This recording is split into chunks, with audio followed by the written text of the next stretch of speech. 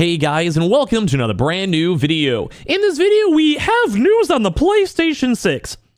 I think you guys all could collectively have either a sigh or a celebration or a absolute what is going on with PlayStation, because we don't even have the PlayStation 5 Pro yet. But funny enough, as of today, there is some huge PlayStation 6 news that has now dropped, where as of right this second, there is apparently, it's already deep in development. Contracts have been being fought over back and forth to see who's actually going to make it. And of course, there's actually one major big thing that is now apparently leaked when it comes to what's going to be coming out for the PS6. Now, I want to let you guys all know, we're still in the PS5 Pro hype. That has not even been released yet. And of course, as well, this is like the early stages. It'll be quite a few years. If you're trying to get a PS5 or PS5 Pro, I would say at this current point, it's okay to buy it. It's not a big deal. It's going to be many years away. But still, this is crazy. And then the mix of all this PS5 Pro droppage, we're now seeing the PS6 now coming alive. So let's go talk about this, because some pretty big details have dropped, and make sure you guys are subscribed with the notification on for gaming news, Sony news, whatever. And of course, we have the Twitter and Twitch room down below. Leave a like and your thoughts and comments on all the videos. And I generally, as a content creator, cannot believe I'm making a PS6 video in the mix of the PS5 launching. Like, whatever, at this point, whatever. We got a lot of views to go cover. I can't complain. Whatever, I'll take it. So as you guys know, there's always something in the works.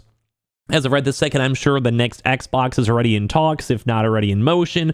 Mainly because if you look at PC specs, we could probably actually have a somewhat correlative amount of specs that are available for current generation. And you basically have to factor in like 3 or 4 years from now, the technology will be better. So it's like more standardized, more cheaper, something that may cost $500 now, may have been $700 a few years ago, and then may be projected to drop down to $300 in 3 or 4 years, which can make things like a PS6 basically possible. And right now, I'd say pretty much every technology that's currently available, whether it's on PC or even on your phones or whatever, is probably readily available to use the PS6. Now, the bigger thing is availability, other functionality, optimization, AI, and where that's going to go, like a lot of those things that matter the most. But right now, we're seeing a lot of news articles that came out today stating that the PS6 is already deep in development, and also the biggest thing out here, and this leads towards a few other fun things I may deep dive into as well, it shows that there's backwards compatibility is basically going to be a huge importance for the upcoming PS6. And we kind of know this due to the fact that a lot of these big contracts sometimes get leaked out, whether they're from like shareholder meetings or stockholder meetings or projections. So what I mean by this, and let me just add a little more to this really quick before we dive into it. Let's say you're AMD. And AMD says in 2028, we're going to be projecting to go make an extra $1 billion.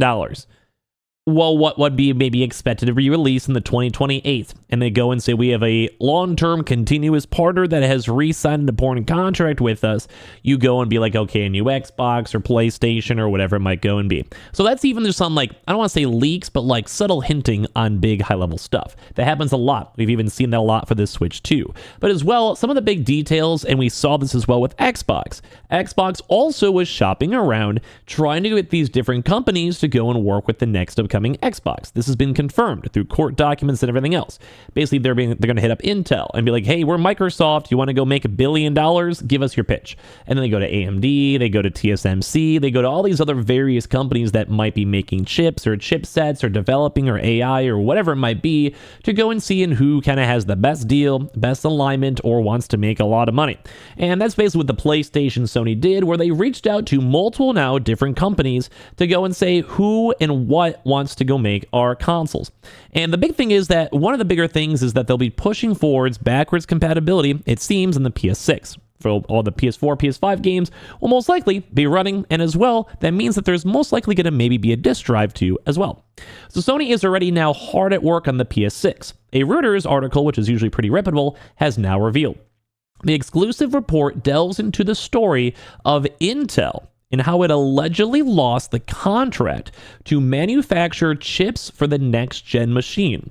Talks between the two tech giants purportedly took place in 2022, with AMD at the end of the day winning the lucrative deal. So if you guys don't know, Intel sucks. Like, bro, this company is very dated. They have been losing so much stock. It's been horrible. Like, these guys have been getting cut. So you would think that they would do anything in their power to go get a deal with Sony, especially with Sony working to crypto and AI and everything else. It kind of is like a match made in heaven. But apparently from the initial leaks was that Intel, number one, was way too costly.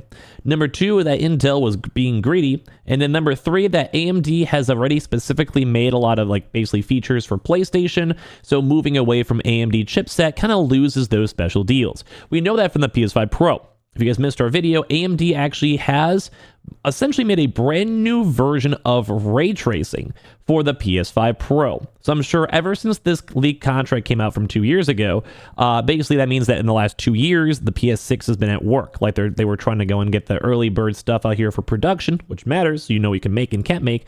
But so apparently for the last 2 years, almost 3 years, PS6 has been in the works, which is expected. Like I'm sure Xbox is doing the same thing right now. Obviously, we're not sure how far along it is, but it's big to know. So the article focuses heavily on the impact for them. It does reveal that backwards compatibility is an enormous importance now to PlayStation. Moving from AMD, which made the PS5 chip, to Intel would have actually risked backwards compatibility, which was a subject of discussion between Intel and Sony engineers and executives, the sources said. So like I said, AMD was confirmed as of right now publicly, stating that the PS5 Pro, they reverse engineered it with Sony engineers themselves to have a more efficient, better optimized, basically ray tracing that is not available anywhere else. And don't forget, AMD is currently making the PS5 and PS5 Pro. So it makes sense. Like it's like, hey, like we can have a long-term business relationship. And this is kind of a big reason why. We're making the PS6, so you're locked in with us for probably the next, let's say, 10 years to be respectful, because it'll be maybe 2028 release date. It's still a while away. And then at the same time, PS5 Pro, and then maybe obviously going to make them throughout multiple years. So that point, you could probably easily be making the PS6 or PS6 Pro until at least like, you know, into 30s, no problem. So this is like, hey, like you invest in us, we'll invest into you. So I'm sure AMD, being a smart company, because they've been doing very well recently, and obviously want to compete with NVIDIA, they're like, yes, you go and work with us. We'll put our best engineers to make sure the PS5 is going good. Because also, don't forget, the Xbox is also working with AMD, but it doesn't seem like they're going gung-ho and trying to make brand new technology and sending their employees on over and being proactive.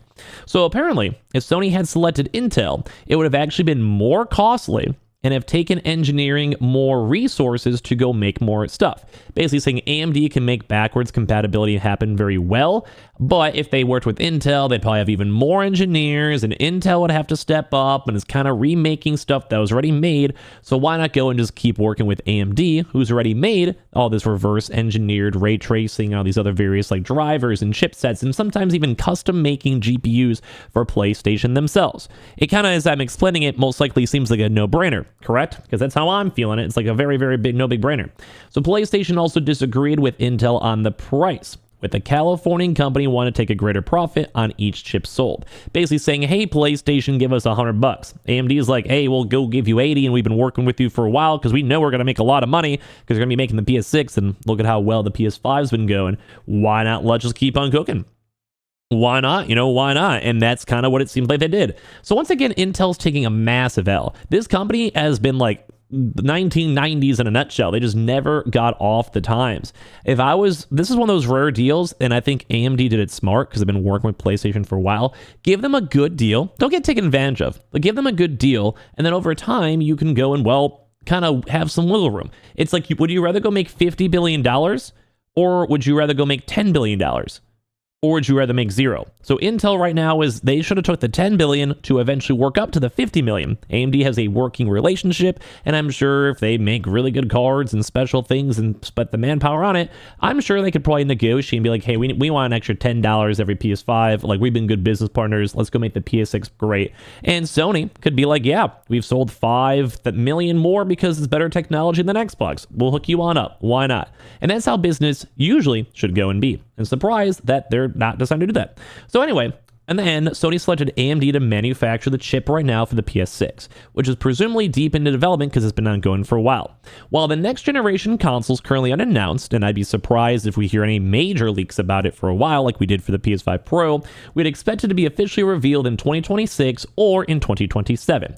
I'd probably say 2027. We have the PS5 Pro, tail end 2024, give it at least 2-3 years to cook. That would make sense, and then maybe start teasing it out, getting some leaks out there, whatever.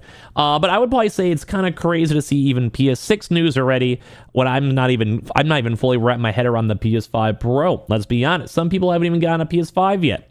So we'll go and see. But either way, I am still very excited to go and see what's going to happen. I hope it's not going to be $700 on release. I think the $500 mark really is the sweet point, and I'm okay with that. Like maybe $600 because 5 years inflation or whatever. Sure, maybe.